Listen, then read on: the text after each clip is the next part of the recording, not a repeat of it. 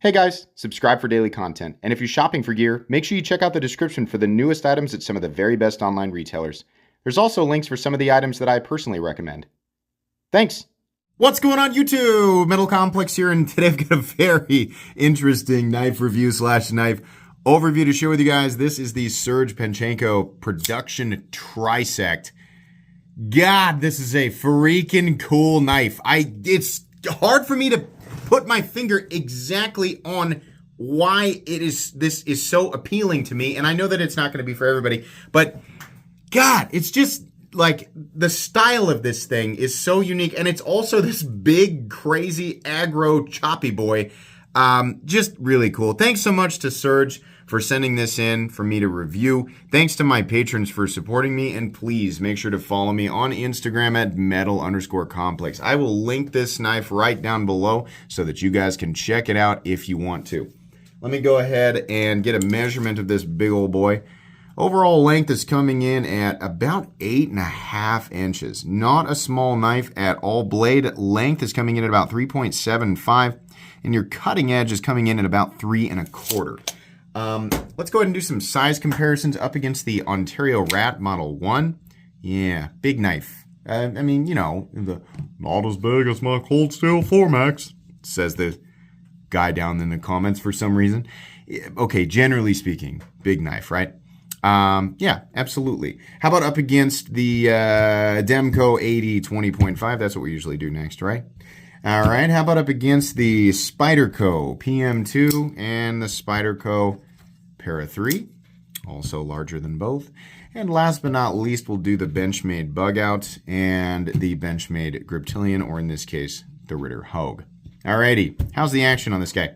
So these knives are made by Bestech, which initially I truly thought this has to be Riot.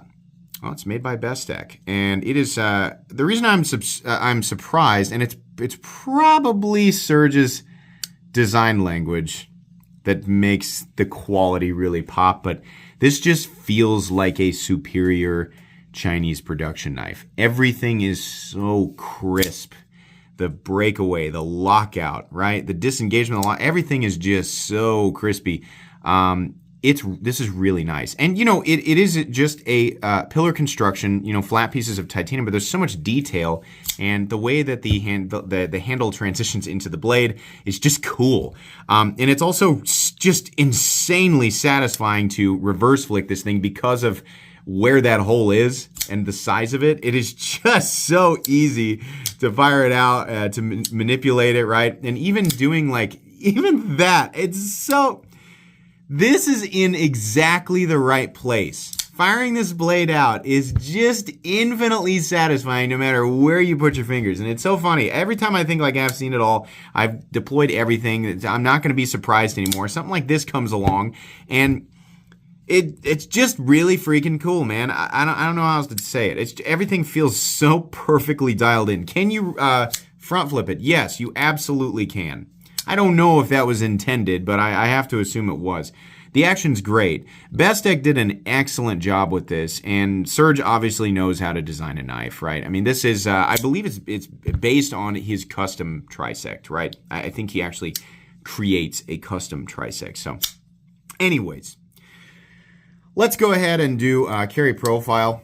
Thickness up against the Spyderco Para 3. It's really not all that thick for being such a big knife. It's about the same thickness as the Para 3. Now, here's where you're going to notice it in the pocket. Length and height up against the PM2 and Para 3. This is long, and it is tall, especially down here. It is much taller than the PM2. Big, tall knife. You're definitely going to notice it. What are we looking at for materials? We are looking at DLC coated and then tumbled titanium with flamed titanium inlays, which is a really nice touch. God, that looks good. And then we have an M390 blade. All of the hardware, including the standoffs, everything on this knife is titanium, and we do have a milled clip. I don't think there's... No, I'm wrong. Every time I say that, I'm wrong. There is a little bit, just a little bit of milling on the inside for weight reduction. So... the weight on this guy is coming in at, I bet it's about 5.5, maybe 6.5 ounces. Okay, 6.14 ounces. This is about what I thought it was going to be. It's heavy, it's big, and it's not necessarily thick, but there's just a lot of material here, right? The balance on the knife, I'm gonna guess, is almost it's almost just, it's beautifully perfect because there's so much blade. It is right behind the pivot. This is where you want the balance, right? That makes the 6.14 ounces feel like a lot less. So anyways, let's go ahead and do a hardware check. I'll get out my tools as per usual. My tools are very inexpensive and very recommendable. You can find them right down in the section of my description that talks about the tools I use on this channel. That pivot is a T8. The lock bar insert screw is also a T8. And the body screws are also T8, along with the pocket clip screws. Now there's quite a few here, and you can see why, right? We have separate, there's actually 3 standoffs, and it's so that he could do this thing with the the inlay, right, which actually comes back out here and sits on top of part of the frame, and then we have this part of the frame that's screwed to another standoff. So we have more than what I would normally consider to be minimal hardware, but it doesn't really make it that much more complicated. In fact, it's still incredibly simple to take this thing apart, largely due to the fact that it is pillar construction and has the proper size of fasteners, which is T8. It's fine. If you want to take this apart, it's just insanely simple to take it apart. No issues there. Let's go ahead and measure blade stock thickness. I bet this is a relatively thick blade stock. It's got to be maybe 155 thousandths. There's the calipers. So let's take a look. That's my guess anyway, is 155. Zero out. There we go. Hey, 157. So probably 150. It's probably my calipers being dumb. All right. Meat and potatoes time. Yeah, Serge makes a unique looking knife. And I said this in the unboxing, and I've always felt this way. We went through a period of time in the knife world where everything was a cleaver. Cleaver, cleaver, cleaver. Look at our new cleaver. We made a cleaver. Did you make a cleaver? Yeah. They made a cleaver. You made a cleaver. I made a cleaver. Look at all these cleavers, right? And then we kind of got tired of that. And, some people still do them.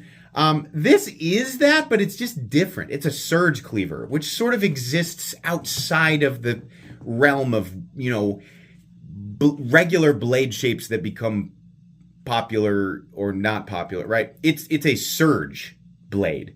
I don't think of it as a cleaver. When people say, what blade shape is that? I say, well, it's Serge. Because it's not, you know what I mean? It's just different. I don't know what it is about this. It's just very appealing and very cool looking. He always has, if you look at his work, if you've never experienced his work, and I feel like at this point it's not possible. I mean, I'm not saying like everybody on earth has physically handled some of his work, but if you've been an active member of the knife community for a while, you have seen his work, right? You have seen his collaborative efforts with various companies, and you might not even realize it, right?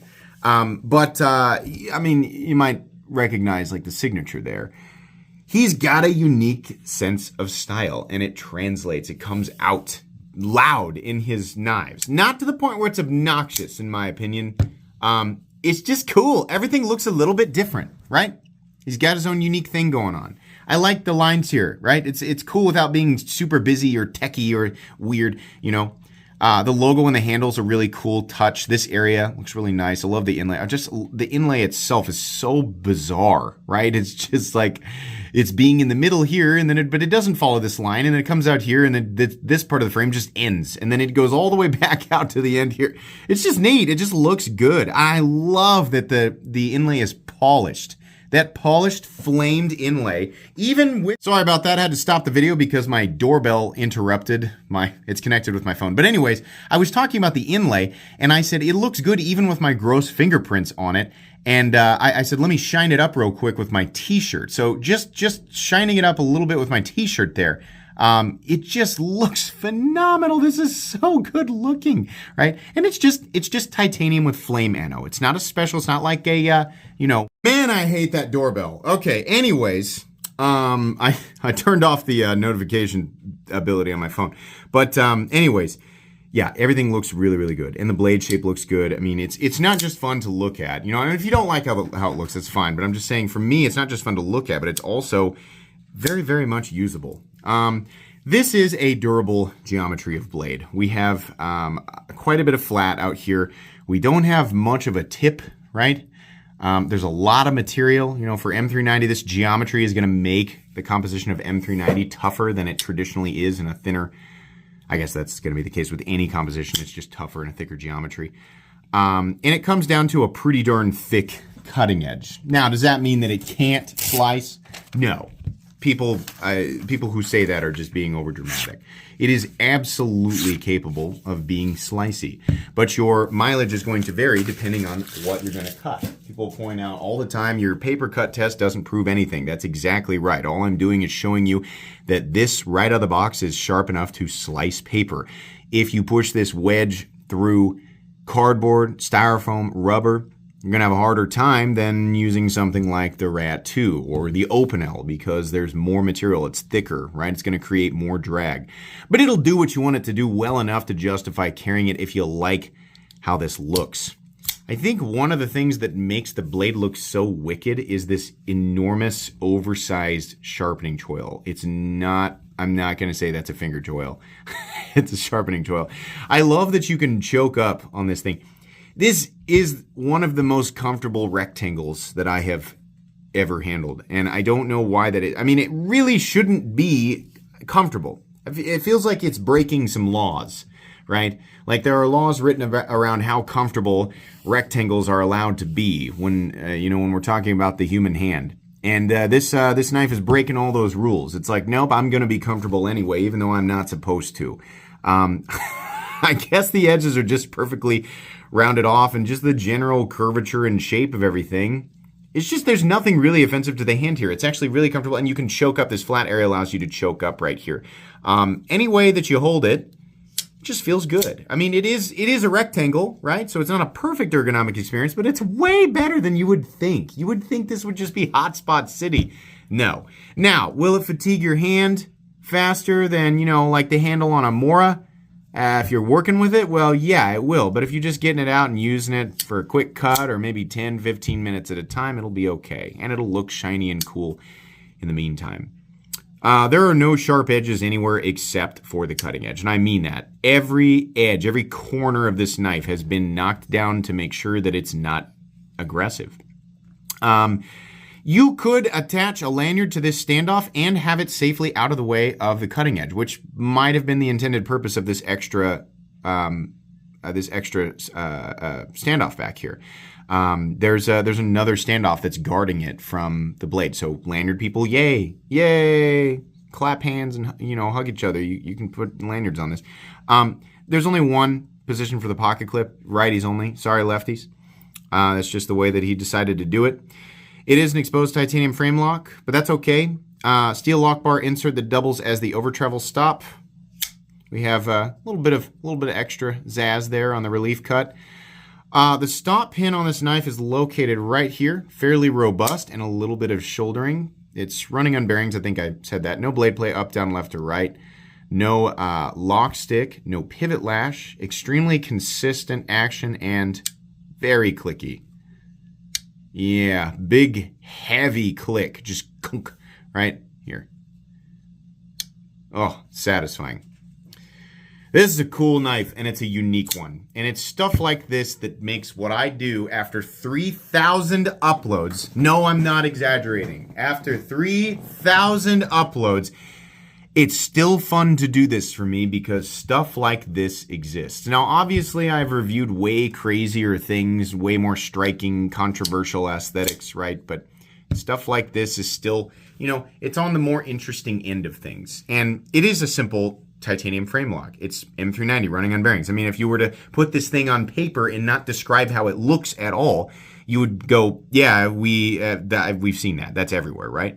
But this is unique. Very unique. And especially, I think the thing that does it, aside from the blade, is that flamed titanium inlay. It just looks really, really good. The price on this is high. It's $400. Bestech is a great OEM, and outside of Maxace and, Reich is so hit or miss. Reich can do it, but sometimes they spit out a goofball, and then it makes you question their ability. Maxace and Riot, I think, are doing some of the best production work in the entire industry, but Bestech is getting up there, and this is a great example of what they're capable of doing, right? I think at about $350, this would have made more sense to me. So at $400, I'm kind of, oh, it's up there. But then again, there's not really anything else out there. I mean, it's hard to say that we can actually put a price on cool factor. It's hard to try and push that as an element of value because cool factor is extremely subjective, right?